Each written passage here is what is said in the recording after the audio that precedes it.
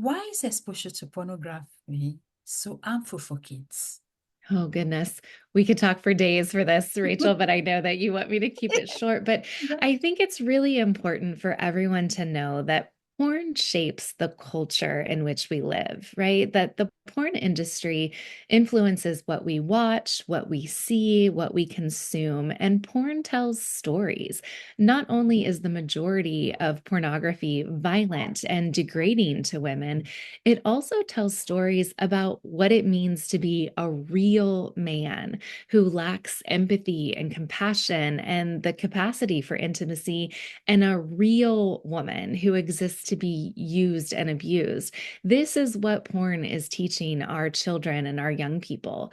Porn tells consumers stories about themselves and about others. And the scripts in pornography most often rely on power imbalances, derogatory terms, racism, and violent sexual behaviors. And we are all influenced by some degree the messages to which it conveys. And we know that there is more than 4 decades of research that's shown that porn undermines the whole person health of young people.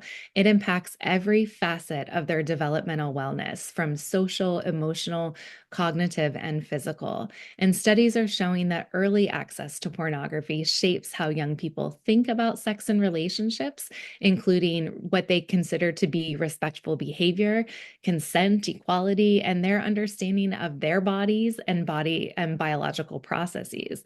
And porn consumption has been scientifically linked to negative self image, low self esteem, eating disorders, depression, anxiety, the decreased capacity for intimacy and connection, and self harm. Research has also linked it to an increased likelihood of boys engaging in risky and violent sexual behaviors, and for girls, an increased likelihood of being sexually victimized. Wow. Hmm. What can parents do about pornography exposure? Well, when so many kids have unfiltered access to the internet, seeing porn is really inevitable.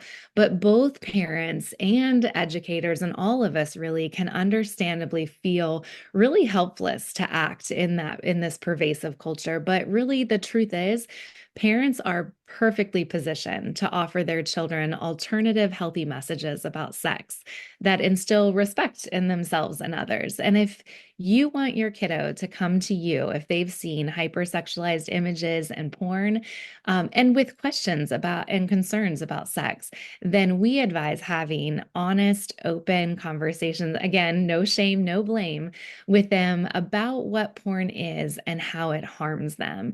And we have those free online courses and best practice toolkits that give parents a science based framework in which to have those gentle and safe conversations with kids about this explicit content. And believe it or not, kids want you to have these conversations with them, even when they act like they don't and roll their eyes and say, "Oh my gosh, mom, we don't want to talk about this."